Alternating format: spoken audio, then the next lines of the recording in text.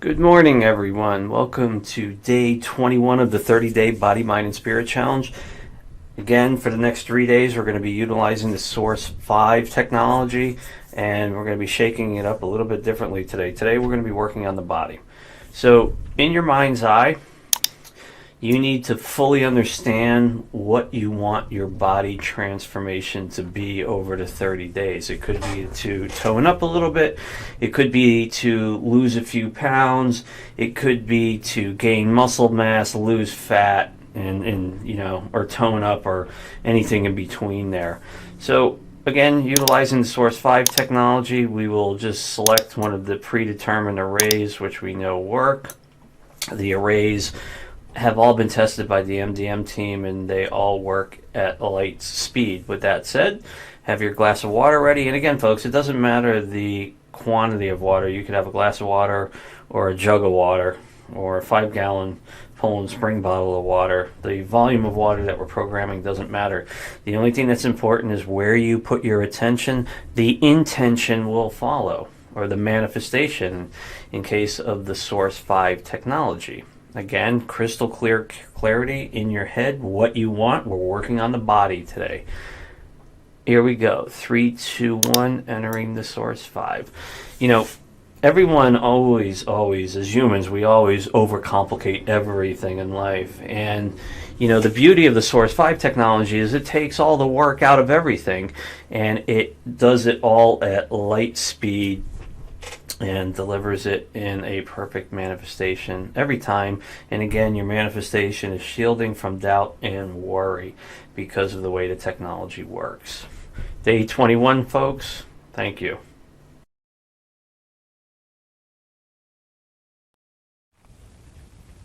And good morning, Reno Soriano here, Conscious Health Alchemist, day 21 on your 30-day Holistic Health Challenge. Okay, so today I'm going to offer you a very powerful therapeutic remedy. It's very simple but very powerful, and it's pretty much free, I guess, simple and free, and yet most people don't do this one very therapeutic practice.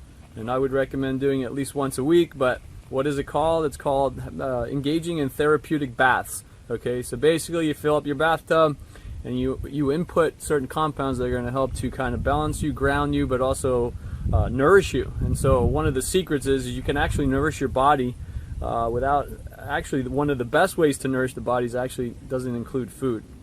And so nowadays with the modern food supply, the modern food supply is actually, if you consume too much of that, it's actually going to be depleting. So you shouldn't be relying on the food supply to nourish you. And so a therapeutic bath is one of the best ways to get nourishment and nutrients into your body. So how do you do this? So you run your bath, fill it up, to your desired level. But then the main ingredient I recommend is called pink Himalayan salt. And I would recommend, you can go online, and I'll have some links in the downloads, but you can go online and purchase bulk quantities of it. It's costs less, but I would say buy 5 pounds to 10 pounds and have it on hand. And every week, just throw in like 3 to 5 cups of this salt. It's very therapeutic. It's going to actually, once it dissolves, there's a lot of electrolyte minerals in there that will actually absorb into your body. And so the main thing, you fill up your tub, you put an abundance of this salt in this bath water, and then you put yourself in there for about 45 minutes, and you will come out a new person for sure. You will sleep better, and the next day you're going to walk with a new energy in your being, because the pink Himalayan salt's also got life force, electrolytes. It's a lot of electricity going on. All right, so there's other things you can add in the bath water. You can add essential oils, like food grade essential oils. There's lemon and orange, and there's a whole bunch. If you want some more information on that, I can send you some links to get yourself some of these essential oils you drop in. Those can be therapeutic and cleansing and purifying as well. But the main deal is just also it's a time period to ground and unwind. You can't always be rolling and zipping and going, and I see people just never taking time to just chill. That is more important than whatever else you got going on in your life. Okay, so my deal is you got to take at least one day a week. Pick a Sunday, pick a Saturday, and make 2 hours time to where you're just going to chill, listen to harmonic music, light some candles, get in the bath, and absorb this healthy, yummy nectar, okay? Another practice, so that's the bath, that's therapeutic. I would recommend at least once a week, and if you can do it more than once, absolutely fantastic. Now, another thing that you can do, I see people going balls to the wall every day, and then they come home and they're all over the place, they're stressed out, and they got the kids and they got the TV and it's like, oh, and then they go to bed. What? Are you kidding me? No. From now on, practice, simple practice, and again, it's free. You take a shower before you go to bed. Rinse off that grunge during the day. If you go to bed without taking a shower, you bring in all the funny energies that you were imprinted with throughout the day. So who were you around? Where were you? Okay, because that's in your field. You have a field. You have a bioelectrical field. Some people call it an aura around you. You're picking things up all day long from anybody you interact with. If you hug a person, well, you just hugged a person that may have some things in their field that now are in your field. And if you go to work and there are people all, kind of moody and not very chipper, that's impacting you. If you're in a building that's got toxic stuff in the air, that's impacting you. It's all in your field. You got to clear that off. How do you do that? You rinse off. Water, it's very grounding, purifying. All right, and you clear that stuff off. Use your consciousness and scrape off. Go in the shower, even if it's for 2 minutes before you go to bed. Rinse off and energetically clear. Now you can sleep well. You'll sleep better. You'll feel more grounded. You're not going to bring that stuff into your bed. When you sleep, it should be just your bed and you and sacred beingness and relaxation and rest. That's what it's about. All right, so do that practice every night before going to bed. Rinse off, and energetically, while you're in the shower, clear all the muck that you were imprinted with through the day. That one simple practice will create miracles in your life, and yet most people don't do it. They go through the entire day, balls to the wall, and then they go to bed with all sweat and nastiness on their body and all this energetic stuff in their field. Don't do that. Come on, take a shower, take the bath, therapeutic bath. If you have any questions, let me know. I'm Reno Soriano. I just hit you with day 21 of my therapeutic bath secret elixir. And remember, healthy body, happy soul, baby. Yeah. Guys, and welcome back. Today I have a surprise for you and a nice change of pace. I want to introduce you to a friend of mine. Her name is Lori Ellington. She's a life coach and co-founder of 0 Point Leadership. Today she will be talking to you about the art and practice of mindfulness and how it can benefit you in your lives. So Lori, take it away. Hi everyone, Lori Ellington here, neuro leadership coach, health, wellness, and performance strategist. Really excited to be here with you today to talk a little bit about mindfulness and what mindfulness has to do with creating positive change in your life. Mindfulness, what is it? I love the definition developed by Jon Kabat-Zinn. Jon Kabat-Zinn is at the University of Massachusetts in Boston, the medical center, and he's really the guy who brought mindfulness from an Eastern practice into Western society. And he has done a fantastic job of spreading the word about how important mindfulness is to creating the life that you truly desire. He defines it as paying attention on purpose, in the present moment, and non-judgmentally. And let me tell you, most of us are not in that space most of the time, and some of us never enter into a space of mindfulness, which is why we continue to stay in the same pattern years upon years, sometimes decades and sometimes lifetimes. So let's unpeel the layers on this definition just a little bit. The field of neuroscience has given us some beautiful insights and new findings around what happens in our brains when we are in a mindful state or we're in a mindless state. And just remind you, most of the time, most of us are in a state of mindlessness. So let's take that state. Sometimes that state, from a neuroscience perspective, is called the narrative mind. And what happens in our brains is very different. The circuitry that lights up is not the same as when we're in a mindfulness state. When we're in the narrative mind, this is when you have kind of what we call that monkey chatter, where the brain is constantly talking. If you try to get quiet right now, you'll probably hear the narrative mind going, saying things like, what am I going to have for dinner right now? What am I going to wear today? I'm hungry, all of these things. That particular state is a state where we're more reactive, we're less flexible, we're less reflective, and we're more apt to go into autopilot and do the same things over and over again. A state of mindfulness Sometimes we call this the direct experience or the mindful mind. And this is where the brain lights up like a Christmas tree, and we have access to way more information about how to make a different choice in any given situation. We're more reflective, and the choices open up for us. One way that you can enter into a state of mindfulness is just take your attention to your breath.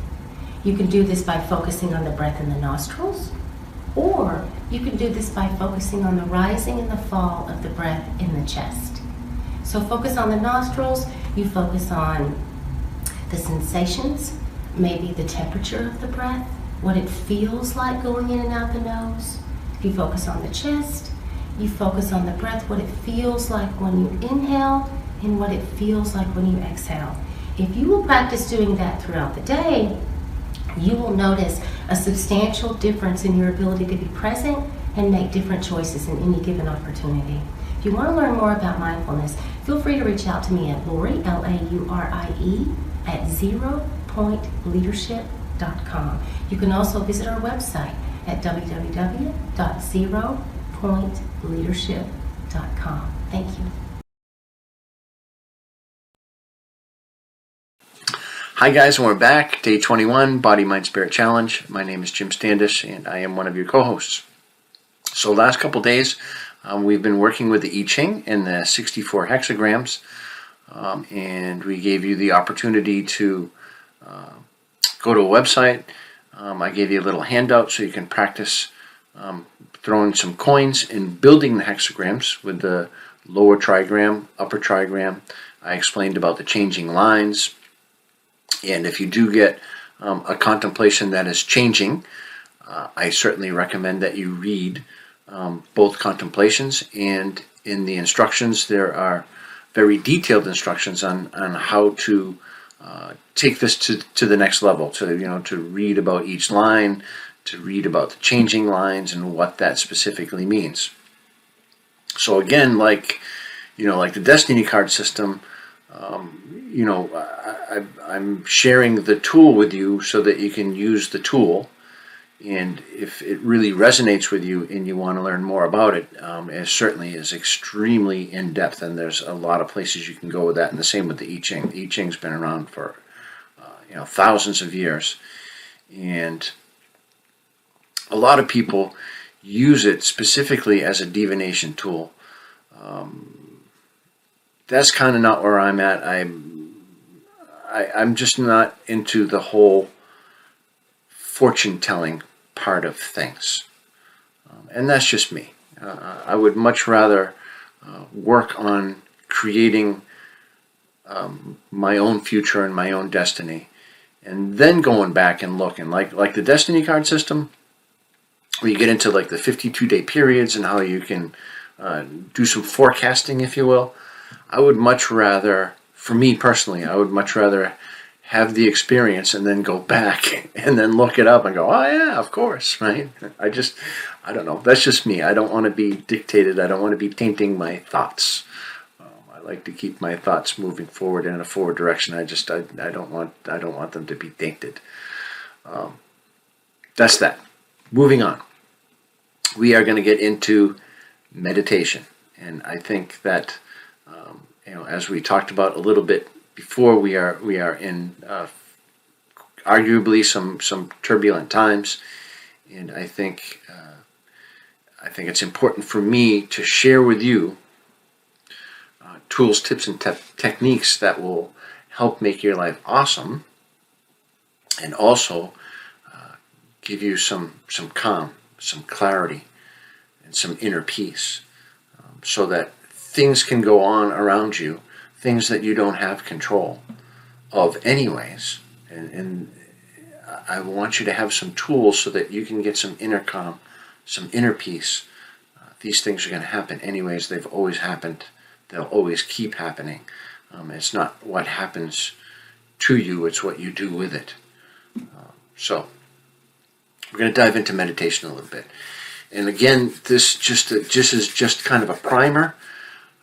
We talked about breathing early on, And I hope that you have been practicing that, because that is one of the key anchors to your meditation practice, and the very first and easy way for you to start to get some benefits and start to slip out a little bit, and you'll see, is to practice your breathing. So we're going to go kind of back again. We're going to just practice some breathing. Now, I recommend posture is extremely important. And again, if you want to invest some dollars, great. And if you don't, I'm going to make this available to you without investing a penny. And if you want to get into this and get some tools, I'm going to highly suggest that you have some tools. We're just going to take it a step at a time. So posture, extremely important. That your spine is straight and your head is straight. And that your hips are just a little bit higher than your knees. So if you want to sit in lotus position, I'm gonna move the camera, I think, when we get into this. And this is just kind of a primer. I want you to do a little bit of practice. So your spine is straight. You can sit in a chair. Absolutely perfectly cool to sit in a chair.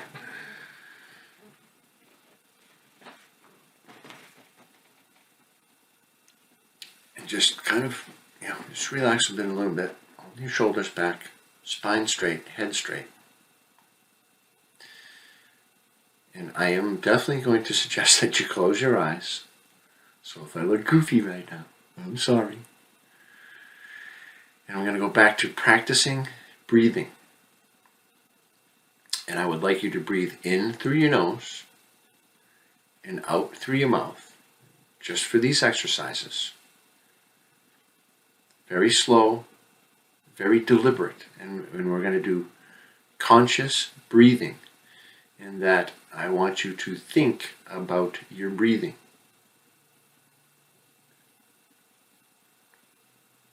So you're going to breathe in through your nose.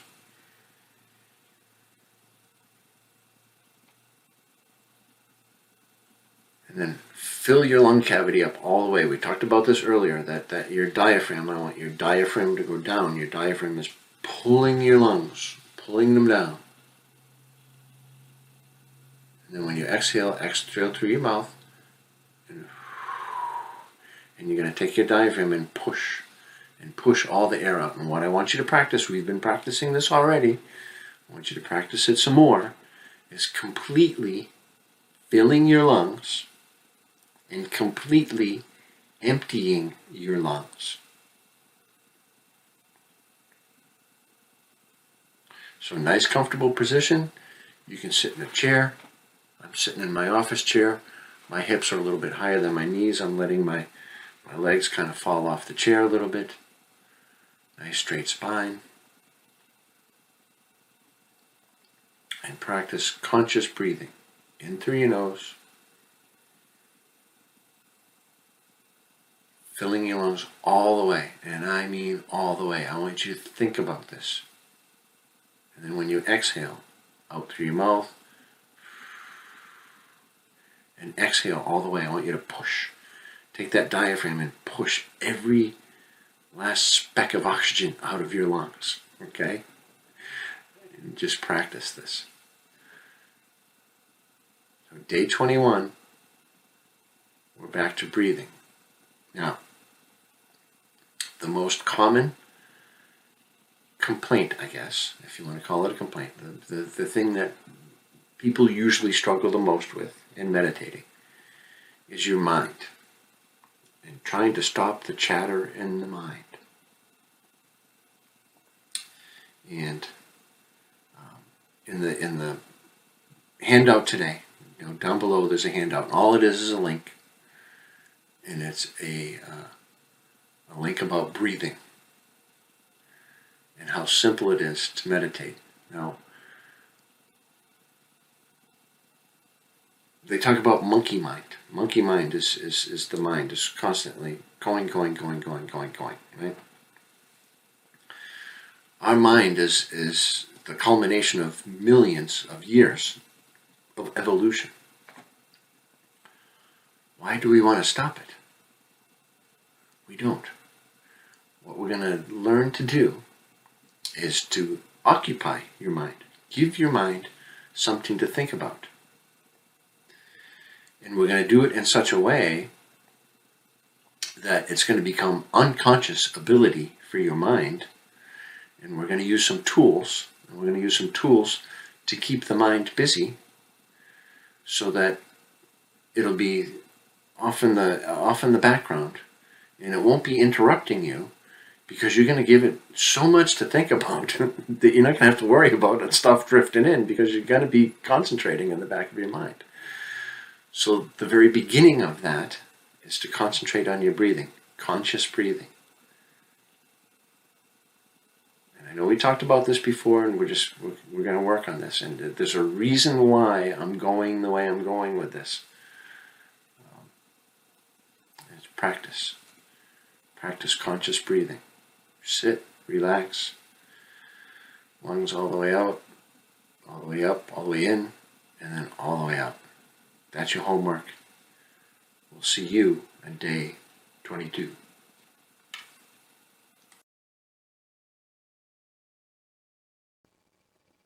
Hi, I'm Dr. Howard. Today we're going to talk about playing with energy. I know you're not a kid anymore, you're an adult. Adults don't play with toys, let alone play with energy, but yes, we do. Healers play with energy.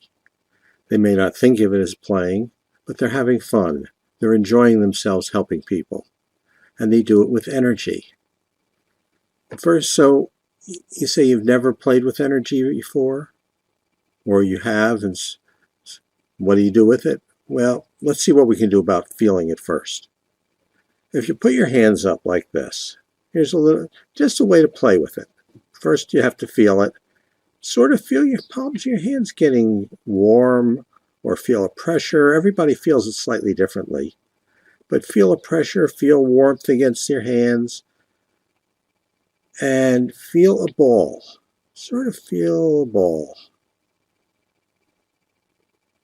Now, if you're feeling the ball, if you're not feeling the ball, you need to practice while you feel the ball. So if you're not feeling it, sort of move them around, see when you feel a difference between the palm of your hand and the back of the hand. Yeah, that might be something there. It might not be. You can argue both ways. People that can use energy find that it's not so much somebody talks you into it. It's you after a while know there's something going on there. Especially if you do healing work, people start getting better. People feel it when your hands near them. Right now, my palms of my hands are quite warm. The second step in this exercise is to have a little fun with the energy. You might want to move the hands apart a little bit, maybe like that. Still feel it. Now, those of you who can see it can see energy. You'll see something's there. Those of you who don't, I'm assuming most of my audience who are first-timers at this don't see the energy. Sort of now feel it move, not just between the hands, but as you pull your hands apart, keep it in one hand. If not, move it all over to that one hand. Right now it's in my right hand, much more than the left. Now feel it going back to the left hand. Now sort of feel it go back and forth between the hands. Back and forth to the left hand, to the right hand, to the left hand, to the right hand. And that's all there is to it. Just practice doing that. After a while, you'll be able to go near somebody and put your hand up and near them, generates an energy ball there, and touch them with it. They'll feel it. At least the people who are sensitive will. The rest of the world, it's not part of the reality system yet. Anyway, enjoy having some fun with energy. I'm Dr. Howard. God bless you, and we'll see you tomorrow. Bye.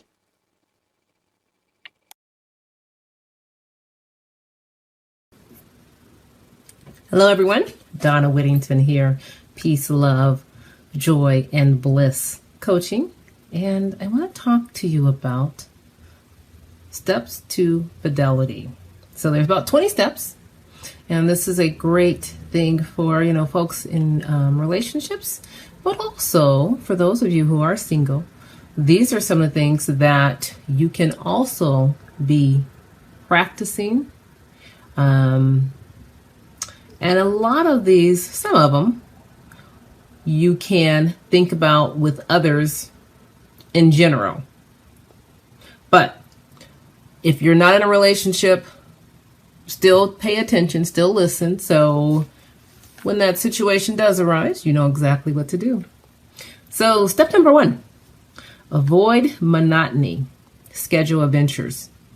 So again, for someone who is single, this is a great time for you to get out and be adventurous. And for couples, same thing. Get out, be adventurous, be playful. So that's step number 1. Step number 2, spend emotional and quality time together.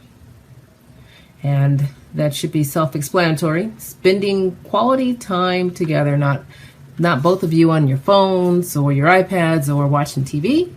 Of course, you could spend some time together watching your TV, things like that. And for single folks, spend quality time with yourself. Maybe you need to decompress from Facebook and social media, your phone, things like that. Spend some quality time with you. Kiss each other passionately daily. That's step number 3. And what I really like about this is I'm going to add in there for at least 12 to 15 seconds. So 12 to 15 seconds may not seem like a long time, but it could be a long time if you're kissing. In fact, I want to see just how long, or maybe how quick, depending on your point of view. 12 seconds. Well, I guess I won't be able to find that out on my timer. I was going to time 12 seconds, but it goes for a minute. So 12 seconds. Kiss for 12 seconds. Kiss passionately. Kiss passionately. Of course, that's going to get a lot of energy flowing there. Step number 4, hold hands and caress each other frequently. So think back to your childhood. Think back to your parents. If your parents were married and were still married when you were growing up, think back to their relationship. Did they hug and hold hands, and did they kiss each other? Think back to that. And if the answer is no, in your relationships, this is something that you really want to be cognizant of, because especially if you have children, you really want to model that behavior for them. Step number 5, flirt with each other often. Again, that also goes back to being playful. Be playful. 6, remain curious about each other's lives. What's their life like? What's your life like? Have fun with that exchange. Talk about what's going on with your life, and how you two are together, but also how you two are apart. 7, stay actively involved in your relationship. This is something where, people say relationships is work. Yeah, it is work, because you do need to stay actively involved in your relationship. Here's a good one, number 8. Don't keep secrets from each other.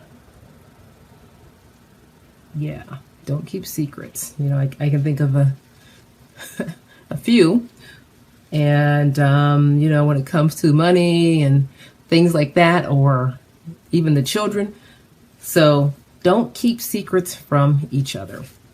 Number 9, share all aspects of your life. And that doesn't mean that you have to do every single thing together. Not suggesting that at all, but you definitely want to share what you do. You don't want to have a relationship where you're doing one thing, they're doing their one thing, and you just don't come together. You want to be able to still do your own things, but you also want to be able to share what you two are doing when you're not together. Number 10, and this is a big one, nip problems in the bud. And that's whether you're in a relationship or whether you're single. Any problems you have, clear them, get rid of them, communicate with each other. Number 11, forgive each other to avoid resentment. So, big one here is forgiving. Now, forgiving, I'm not suggesting you have to forget, but you do need to forgive in those situations where you're able to forgive, and it's something that you're not able to forgive, then you too really need to make sure that you're seeing someone, perhaps a counselor or a therapist, so that you can work past that if that's the goal. Sometimes it's not the goal, but forgive each other, and then of course, once you forgive, let it go. Okay. 12, avoid tempting situations with someone you find attractive. And that's a huge one. So if there's someone at work or some friends of friends or whatever, and you see someone that's attractive, that you're attractive to, because bottom line, folks, whether we're in a relationship or not, we are still attractive to other people. However, you're always in control. So don't put yourself in those situations where you are with the person that you're attracted to for whatever reason, when you know you're attracted to that person, or that person's attracted to you. Don't put yourself in those situations. Number 13, communicate openly and honestly. Number 14, exchange wish lists and make each other's wishes come true. And those can be a multitude of things. And that's from whatever wishes that you have to maybe trips or gifts or even sex. But make those wishes come true. Number 15, always show appreciation for your partner. Let them know that you appreciate them. Flowers or a little love note, a little love text, a nice phone call throughout the day to say, hey, really appreciate you. I'm thinking about you. How's your day? I miss you. I love you. Make sure you're always doing that. Number 16, make time to have fun and laugh together. I love that one. It's so important to be able to laugh together. And even if you're laughing at each other, in a playful mood, do that. Have fun. Make sure you're expressing the joy in your life. 17, find something that interests you both so you can learn together. I love that. Do some things that you could learn together. Maybe it's a cooking class or pottery class or whatever, painting, something that you can do together that keeps the relationship together, strengthens it. 18, maintain your independence without neglecting your partner. That's a big one. So if you do have things that you guys do apart, that's awesome, but don't do it to the point where you're neglecting your partner. Number 19, keep passion burning by creating romantic memories. Some really cool ways to do that. We'll talk in some other segments about romantic memories that you can create. And the last one, remain in love by falling in love again with each other. Fall in love over and over and over again. Remember how you met. Maybe recreate that. Maybe go back to the same place where you first met, or some pictures and pull the pictures out and you talk about it, but remain in love by falling in love all over again. You have to remember there is something that drew you to that partner when all the honeymoon period is over. There's something that drew you to that person. See if you can remember what it was and bring it back. So those are just 20 steps to fidelity. And this is something that I got from Dr. Ava Cadell. She is a sexpert.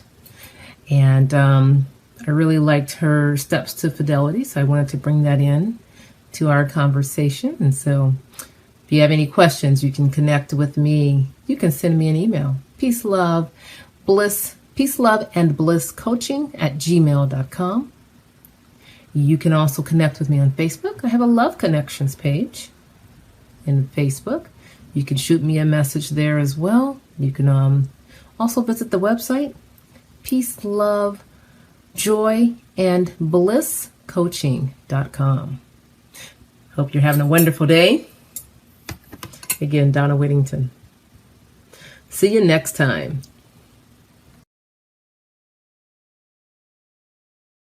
Are you living your truth? Are you embracing your truth?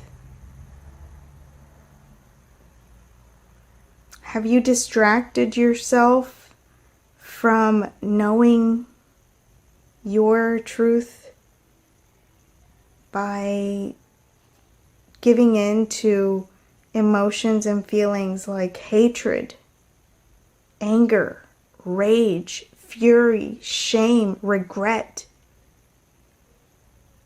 All of those keep you in a repetitive cycle of non-productivity. I challenge you to be attentive if any of that comes up in your life, anywhere where you have this rage, or you go into regret, or you are blaming yourself or anyone else for things that occur in your life. It could have happened years ago or seconds ago. If you're still going back there, you're not moving forward. Or perhaps you're slowing yourself down. So just pay attention to that. Bringing that awareness into the moment, and you can willingly choose to move on from there. Just notice it. Notice what you notice. Be that aware of what it is that you can now change when you willingly choose for you. Blessings, namaste.